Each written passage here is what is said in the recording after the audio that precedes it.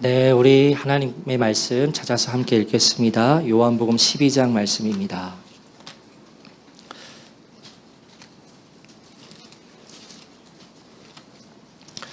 요한복음 12장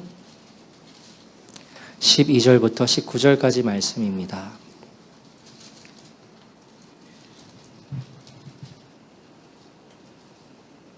네, 교독하고 제가 먼저 읽겠습니다. 그 이튿날에는 명절에 온 큰 무리가 예수께서 예루살렘으로 오신다는 것을 듣고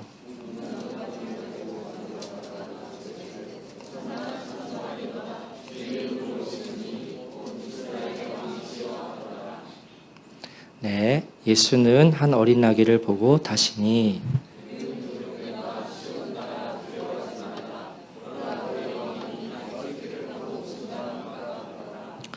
제자들은 처음에 이 일을 깨닫지 못하였다가 예수께서 영광을 얻으신 후에야 이것이 예수께 대하여 기록된 것인가 사람들이 예수께 이같이 한 것임이 생각났더라.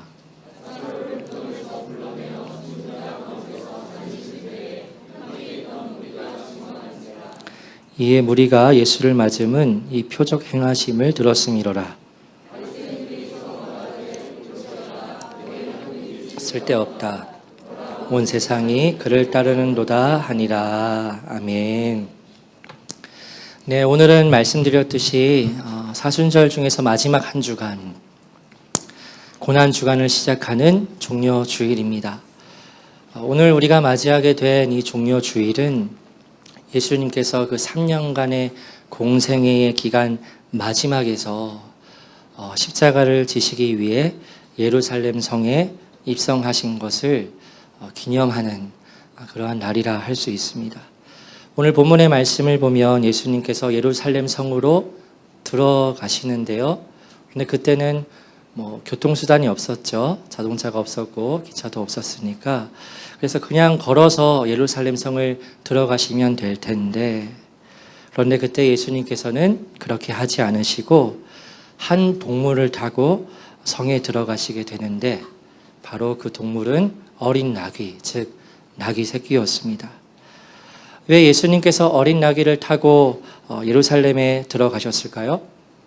그때 예수님은 이미 사람들에게 슈퍼스타이셨거든요.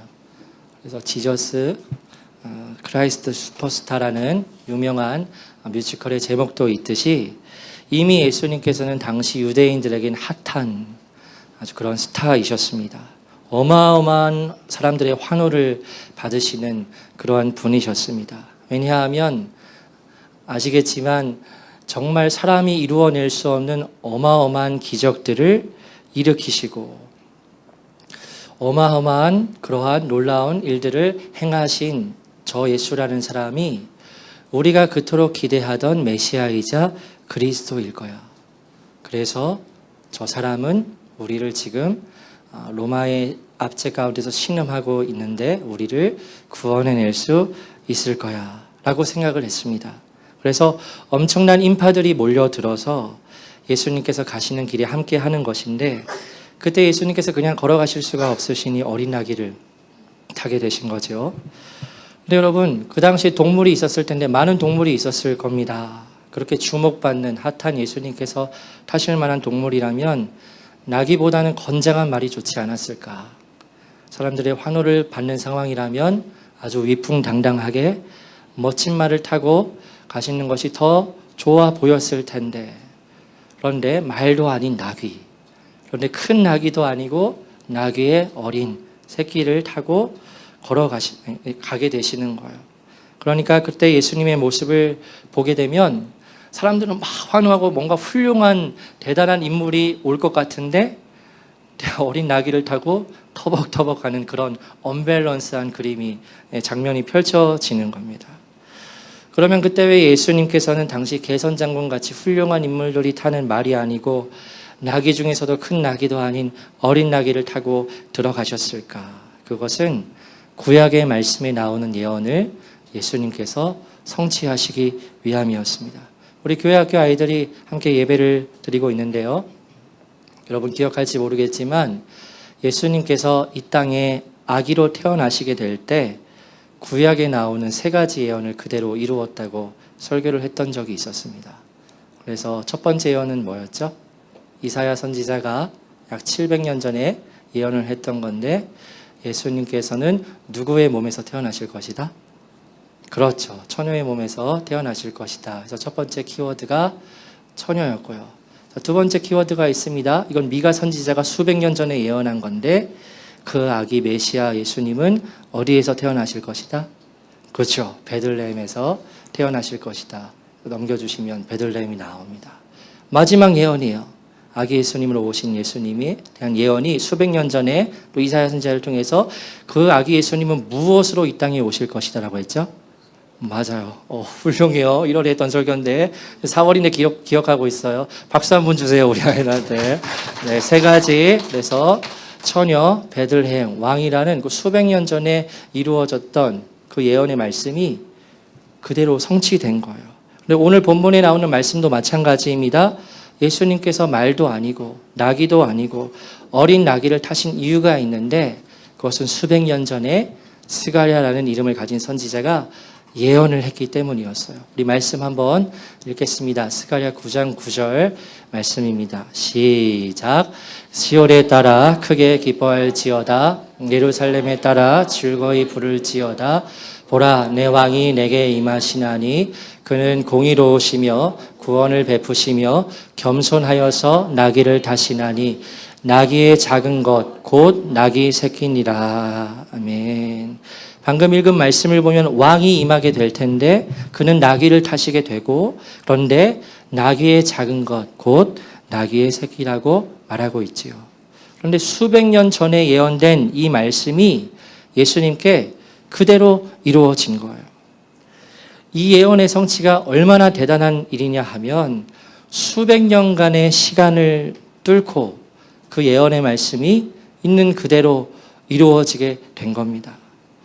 만약 제가 우리 아이들 중에 한 명에게 하민아, 내가 예언하는데 너 1년 후 2024년 4월 7일에 주일에 엄마 아빠 차가 고장나서 아마 77번 버스를 타고 교회에 올 거야 라고 제가 얘기를 했어요.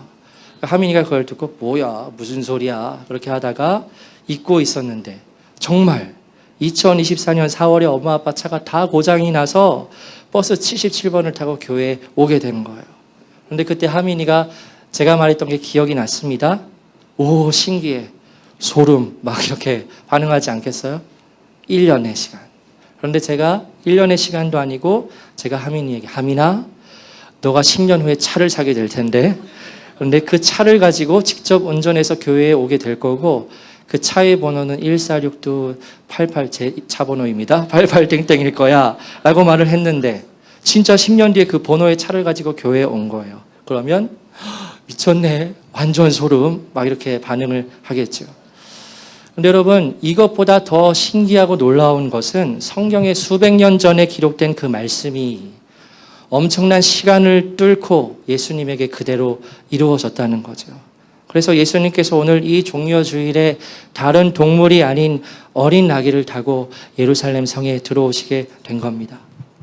그런데 오늘 본문 말씀에도 기록되어 있지만 당시에 많은 사람들이 예수님께서 예루살렘 성으로 들어오신다는 소식을 듣고 종려나무 가지를 흔들면서 호산나 하고 우리가 아까 찬양했듯이 예수님을 찬양했어요. 오늘 본문 12절 13절 말씀을 함께 읽겠습니다. 시작.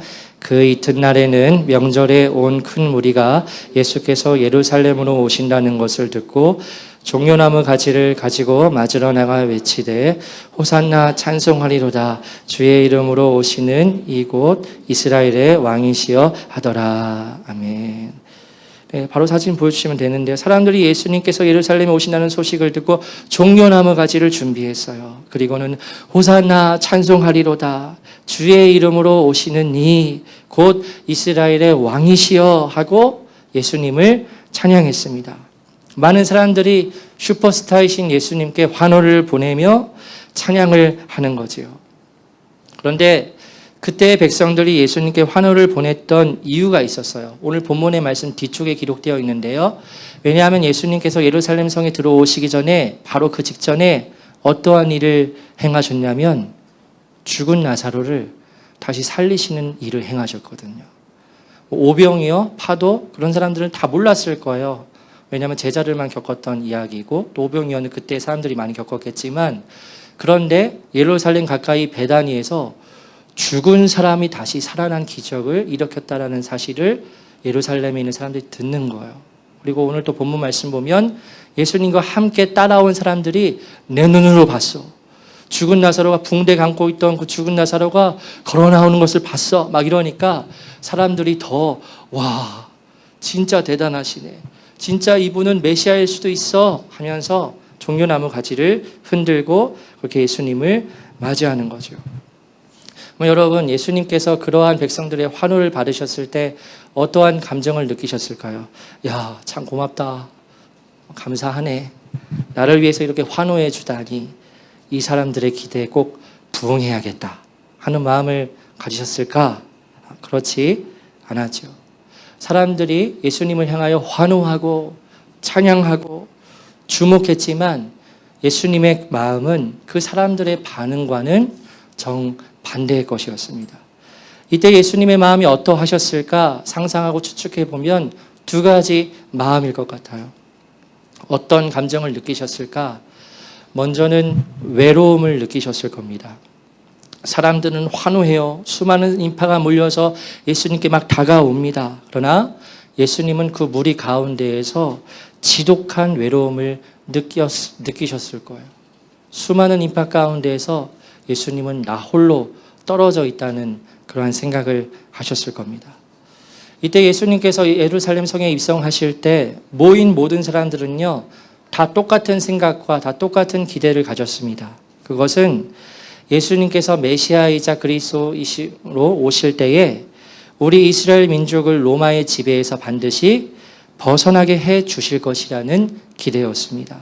당시 이스라엘은 로마의 지배를 받고 있었지요. 이스라엘 백성들에게 있어서는 너무나 큰 수치인 겁니다. 우리는 하나님의 백성이에요. 우리는 하나님께 선택받은 민족입니다.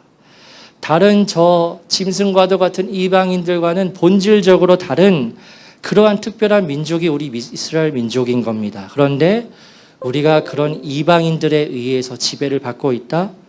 이건 도저히 있을 수 없는 너무나 괴로운 일이에요. 그런데 지금 그러한 상황 가운데 놓여 있는 거죠. 그래서 이스라엘 사람들은 아주 간절한 소망을 가지고 있었습니다. 그것은 구약에 예언된 메시아이자 그리스도가 이 땅에 오시게 되면 우리 이스라엘 민족을 해방시키시고 우리 민족을 다른 나라와는 질적으로 다른 특별한 민족으로서 그 지위를 회복시켜 주실 것이라는 생각을 가지고 있었습니다.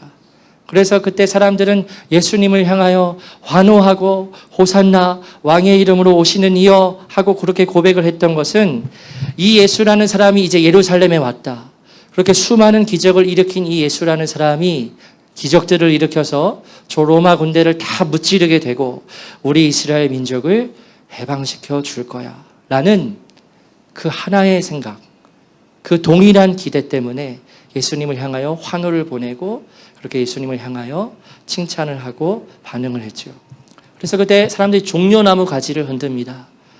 종려나무 가지의 의미가 있어요. 이것은 승리의 의미입니다. 예수님께서 태어나시기 전에 신구약 중간기 때 역시 이스라엘이 그리스 국가에 헬라 국가에 이제 지배를 받고 있었을 때 그때 마카비라는 이스라엘의 가문이 그 헬라 세력을 물리치고 수십 년간 이스라엘 독립 국가를 세운 적이 있습니다. 이스라엘 백성에게는 너무나 자랑스러운 역사이지요. 근데 그 마카비 가문이 헬라 족속을 물리치고 이스라엘 국가를 이루었을 때 그때도 사람들이 마카비 가문을 향하여서 종려나무 가지를 흔들었어요. 승리했다는 겁니다. 우리가 독립했다는 겁니다. 그때도 종려나무 가지를 흔들었는데 예수님께서 예루살렘에 오실 때 동일한 종려나무 가지를 흔드는 것은 무슨 의미입니까? 우리를 로마의 압제에서 해방시켜 주시오. 우리로 하여금 승리를 얻게 하여서 이 로마가 떠나가게 하고 로마를 물리쳐 주옵소서 하는 그러한 기대 때문에 종려나무 가지를 흔든 것이었어요. 근데 예수님께서 예루살렘에 오신 이유는 이스라엘 민족을 해방시키기 위함이 아니셨지요. 예수님께서 오신 이유는 그 이유 때문이 아니었습니다. 그런데 그 예수님의 마음을 그 누구도 모르는 거예요. 심지어 누구도 몰랐느냐?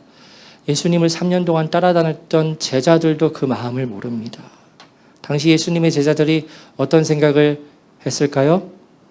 예수님께서 예루살렘에 가셔서 로마 군대를 다 물리치시고 왕이 되시면 우리도 한 자리 차지하겠구나. 그런 철없는 생각을 대부분 하고 있었습니다. 내가 이제까지 이름 없는 무명의 사람이었지만 예수님의 제자이니까 예수님께서 왕이 되시면 적어도 나는 사람들에게 존경받는 사람으로서 설 수 있겠구나. 라는 그러한 생각들도 심지어 제자들이 했다는 겁니다. 그런데 그러한 사람들의 생각을 예수님께서는 다 아셨지요. 사람의 마음속에 있는 생각들을 다 아시는 예수님께서 자신이 예루살렘에 들어가는 그 이유와는 전혀 다른 생각들을 가지고 자신을 환영하고 찬양하는 사람들을 보시면서 어떠셨을까? 외로우신 거예요. 아마 지독하게 외로우셨을 겁니다. 그때 예수님의 마음을 이해하고 그 마음을 공유할 수 있는 사람은 단 한 명도 없었습니다. 찬양이 울려 퍼집니다. 환호성이 울려 퍼집니다. 완전히 축제의 현장입니다. 그런데 그 수많은 무리들 가운데에서 예수님은 그렇게 지독한 외로움을 느끼셨다라는 거죠. 그리고 여러분, 두 번째 감정은 예수님은 그때 굉장한 큰 괴로움을 안고 계셨습니다. 왜냐하면 예수님께서 정말 피하고 싶은 그 순간이 점점 다가오고 있기 때문이었어요. 여러분, 그때 예수님께서 정말 피하고 싶어 하셨던 일이 무엇이었죠? 십자가였지요. 십자가를 지시는 일이었습니다. 사람마다 누구나 다 피하고 싶은 일이 있기 마련입니다.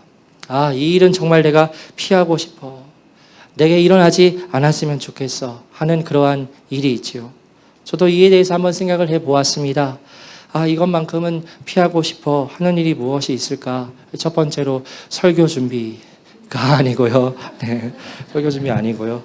며칠 전에 문득 이런 생각이 들더라고요. 만약에 내가 먼저 일찍 죽는 일은 없어야겠구나. 만약 내가 진짜 일찍 죽게 되면, 나 홀로 죽게 되면 우리 가족들은 어떻게 될까 하고 실제적으로 한번 상상을 해보니까 생각만 해도 마음이 슬퍼지고 아찔해지더라고요. 생명은 오직 주님께 달려있는 거겠지만 내가 먼저 죽는 일은 없으면 좋겠다. 아, 피하고 싶다. 이런 생각을 해보았습니다. 근데 오늘 본문 이야기에 등장하시는 예수님이 정말 피하고 싶어 하셨던 일이 있었습니다. 그것은 십자가를 지시는 일이었지요. 왜 예수님께서 십자가 지시는 일을 두려워하시고 피하고자 하셨을까? 그 이유는 손과 발에 그렇게 끔찍하게 못이 박히시고 채찍에 맞으실 것이 두려워서가 아니었죠. 예수님께서 왜 십자가 지시는 일을 피하고자 하셨고 그렇게 마음 가운데서 괴로움을 안고 계셨는가? 그것은 십자가에 달리게 되셨을 때 자신이 사랑하는 하나님 아버지와 완전히 분리가 되고 내가 사랑하는 그 아버지로부터 무시무시한 그 죄의 형벌을 자신이 직접 받으셔야 했기 때문이었습니다.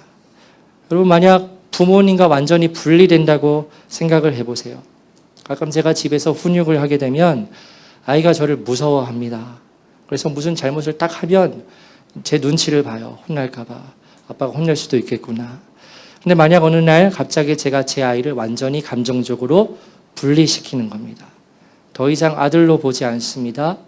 완전한 타인으로 보면서 제 아들을 모른 척하고 밀어낸다면 제 아이는 어떻게 반응을 할까요?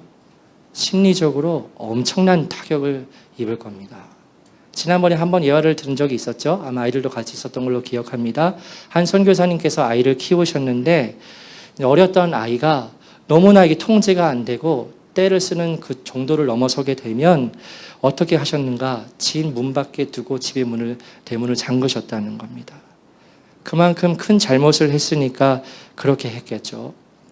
그런데 이 아이가 어리고 아빠가 문 밖에 자신을 두고 문을 잠가버리니까 너무 무섭기도 하고 아빠와 분리되었다는 생각에 막 소리 지르고 울면서 문을 열어달라고 막 두드리는 거예요. 여러분, 그 선교사님이 결국에는 문을 열어주었을까요? 아니면 끝까지 열어주지 않았을까요? 나중에는 당연히 문을 열어주었겠지요. 반성했어 하면서 문을 열어주었을 거예요. 그런데 그렇게 하지 않는 겁니다. 문 밖에 있는 아들을 더 이상 내 자녀가 아니라고 내 아들로 생각하지 않는다고 말하는 겁니다. 완전한 타인으로 여기고 나는 너와 더 이상 상관이 없다 말하면서 밀쳐내고 그렇게 끊어낼 때 자녀의 입장에서는 그것보다 더 괴로운 일은 없다라는 거죠. 그런데 그뿐만 아니라 그렇게 할 뿐만 아니라 오히려 자녀에게 어마어마한 형벌을 내리는 겁니다. 아버지로서 내리는 형벌이 아닙니다. 타인이자 심판자로서 형벌을 어마어마하게 죄의 진노를 자신의 자녀에게 퍼붓는 겁니다. 전혀 감당할 수 없는 그와 같은 그 진노를 이 자녀에게 퍼붓는 거예요. 그런데 만약 여러분, 우리도 어떤 부모님의 자녀였지만 내가 그와 같은 일이 내게 벌어질 것이라는 것을 예상하고 있다면 어떤 감정을 느끼게 될까요? 정말 미칠 듯이 괴로운 겁니다. 말 그대로 미쳐버리겠는 겁니다. 내 사랑하는 아버지가 나를 밀어내고 나는 너와 상관이 없고 그 아버지의 진노를 아버지로서가 아니라 타인으로서 심판자로서 나에게 퍼부어댈 때 정말 미치겠는 거죠. 도망가고 싶고 모든 것을 포기하고 싶고 내가 왜 그런 일을 감당해야 하느냐고 소리를 지를 겁니다. 그냥 완전히 심리적으로 무너져 버릴 거예요. 그런데 여러분, 이제 일주일이면 예수님께서 감당하셔야 하는 일이 바로 이와 같은 일이었다는 겁니다. 십자가에서 당하시는 일이 바로 이런 일이었습니다. 자신이 정말 사랑하는 내 아버지께서 더 이상 나를 아들로 보지 않으시는 겁니다. 아무리 내 사랑하는 아버지께 부르짖어도 그 아버지는 완전한 타인으로서 그 부름에 응답하지 아니하고 침묵하시는 겁니다. 그 흐르는 침묵, 응답하지 않으세요. 아무리 애절하게 아버지 불러도 무거운 침묵만 완전히 끊어져 버린 그 엄청난 절망, 자녀로서 느끼게 되는 그러한 암흑과도 같은 그러한 일을 예수님께서는 감당하기가 너무 버거우셨다라는 거죠. 그래서 이러한 일이 앞으로 예견되어 있는 가운데 예수님께서는 그 모든 것을 감당하시기 위해 십자가를 지시기 위해 구약 말씀에 기록된 대로 어린 나귀를 타고 예루살렘 성으로 입성하시는 겁니다. 겉으로 보면 사람들이 너무 많이 모였습니다. 환호합니다. 축제 현장입니다. 완전한 행복한 장면으로 보이지요. 그러나 그 깊은 이면을 들여다보게 되면 이 장면은 너무나 슬픈 이야기의 한 장면인 거예요. 너무 슬픈 이야기인 겁니다. 한 아들이 사랑하는 아버지로부터 버림을 받아야 하는, 더구나 세상의 그 모든 죄의 형벌을 사랑하는 내 아버지께로부터 받아야 하는 그러한 십자가를 향해서 예수님 그분이 터벅터벅 걸어 들어가시는 거죠. 그래서 여러분, 이 종려주일에 대한 말씀은 우리의 마음을 참 무겁게 합니다. 오늘 본문의 장면 가운데 예수님께서 느끼셨을 그 지독한 외로움과 괴로움을 깊이 묵상을 해보면 우리의 마음 역시 괴로워지는 것을 곧 느끼게 될 겁니다. 예수님께서 왜 그렇게까지 하셔야 했는가? 무엇 때문인가? 결국 우리를 위해서이죠. 예수님께서 십자가를 지셔야 하는 당위적인 이유는 없었습니다. 그렇게 어린 나귀를 타고 예루살렘 성에 들어가실 이유가 전혀 없었습니다. 하나님이신 그분께서 무엇 때문에 인간의 몸을 입고 이 땅에 오셔서 그와 같은 비참한 일을 향해 나아가셔야 했을까요? 바로 우리를 위해서, 우리를 사랑하셔서 우리를 구원하시기 위해서였다는 거죠. 그래서 여러분, 종려주일에 이루어진 이 장면을 통해서 우리는 우리를 위해 예루살렘 성에 입성하신 예수님의 그 마음을 헤아려 볼 수 있어야 합니다. 주님께서 느끼셨던 그 지독한 외로움과 괴로움을 우리가 한번 깊이 묵상할 수 있어야겠습니다. 나를 향해 십자가로 향해 나아가셨던 그 주님의 마음을 헤아려 보는 겁니다. 여러분, 오늘 말씀을 통해 우리에게 적용할 수 있는 메시지가 있다면 예수님께서 십자가를 향해 나아가셨던 것처럼 우리도 우리의 십자가를 지고 주님을 따르는 삶을 살아야 한다는 겁니다. 예수님만큼은 아니겠지만 예수님께서 십자가를 향해 나아가실 때 가지셨던 그 지독한 외로움과 괴로움이 우리에게도 또한 우리의 십자가를 지는 삶으로 인해서 경험되어질 수 있다는 사실을 알아야 합니다. 더 정직하게 말씀드리면 그러한 지독한 외로움과 괴로움을 경험할 수밖에 없다고 말씀을 드릴 수밖에 없어요. 우리의 삶 가운데 예수님처럼 내 십자가를 지고 예수님을 따르기 때문에 감당할 수밖에 없는 외로움과 괴로움이 내게 정말 있는가 돌아볼 수 있어야 합니다. 여러분, 우리의 삶이 괴롭지요? 참 괴롭습니다. 그런데 그 괴로움의 이유가 조금은 다른 거예요. 우리가 받는 괴로움은 결국 우리 자신의 목적 때문에 괴로운 경우가 많습니다. 내가 성취할 일이 있기 때문에 괴로운 거예요. 내가 먹고 살아야 해서 열심히 일을 해야 하기 때문에 괴로운 겁니다. 내가 무엇을 한번 이루어 보려고 한번 해보니까 내 자아대로 반응해 보니까 그래서 그 결과로 괴로움을 안게 되는 경우가 많지요. 그러나 예수님께서 가지셨던 외로움과 괴로움은 그러한 종류의 것이 아니었습니다. 예수님 자신과는 전혀 상관이 없지만 십자가를 향해 나아가셨기 때문에 겪는 외로움과 괴로움이었다면 우리의 삶 가운데에서도 그와 같이 하나님의 뜻에 순종하여 내 십자가를 지는 그 일 때문에 겪을 수밖에 없는 외로움과 괴로움이 내게도 있는가 돌아볼 수 있어야 한다는 겁니다. 그리고 무슨 억지로 괴로움을 경험하시라 이렇게 말씀을 드리는 게 아닙니다. 예수님처럼 나도 십자가의 길을 걷고 있는가? 나는 정말 그 괴로운 좁은 길을 걸어가고 있는 성도인가를 한번 이 종료주일에 돌아보라는 겁니다. 여러분, 근데 그렇게 그와 같은 외로움과 괴로움 속에 있을 때 말로 표현하기는 어렵지만요. 정말 미칠 것만 같은 고난 가운데 있을 수도 있지요. 그 가운데 있을 때 우리가 버틸 수 있고 우리가 인내할 수 있는 이유는 무엇이지요? 지난 로마서 강의 때도 말씀을 나누었지만 그 십자가의 고난은 결국 지나가게 되고 부활의 영광을 누리게 되는 날이 반드시 십자가의 길을 걷는 이들에게 찾아올 것이기 때문입니다. 그래서 부활의 영광이 누구에게 찾아오는가? 교회를 다니는 사람들, 직분을 가지고 있는 사람들이 아니라 고난을 겪으며 십자가의 길을 걷는 사람들에게 부활의 영광이 온다라는 사실을 우리가 알 수 있어야 해요. 로마서 8장 말씀 읽어보겠습니다. 로마서 8장 18절 말씀입니다. 읽겠습니다. 시작. 생각하건대 현재의 고난은 장차 우리에게 나타날 영광과 비교할 수 없도다. 아멘. 현재 고난은 장차 우리에게 나타날 영광과 비교할 수 없다는 겁니다. 그런데 여러분, 여기에 고난을 현재형으로 표현하고 있지요. 현재의 고난은 무슨 뜻입니까? 예수님처럼 십자가의 길을 걷게 된 이들만이, 즉 현재 고난을 받는 이들만이 장차 나타날 영광을 누릴 수 있다는 것입니다. 여러분, 여러분의 삶 속에서 십자가를 지고 있기에 예수님처럼 십자가를 향해 나아가기에 받는 고난이 있으십니까? 그래서 괴로움을 겪고 계신가요? 축복합니다. 부활의 영광을 누리게 될 그날이 여러분들에게 곧 도래하게 될 것입니다.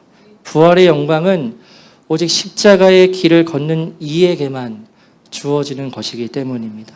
그래서 그와 같은 부활의 영광을 모두 다 누리게 되는 우리 모든 더가스펠 교회 교우들 되시기를 주님의 이름으로 축복합니다. 그래서 고난의 길, 십자가의 길, 예수님만 걸어가시는 것이 아니라 우리도 걸을 수 있어야 한다는 거고요. 오늘 설교의 제목대로 여러분, 십자가의 길을 걷는 사람만이 부활의 영광을 누릴 수 있다는 것을 꼭 기억하시고, 여러분 끝까지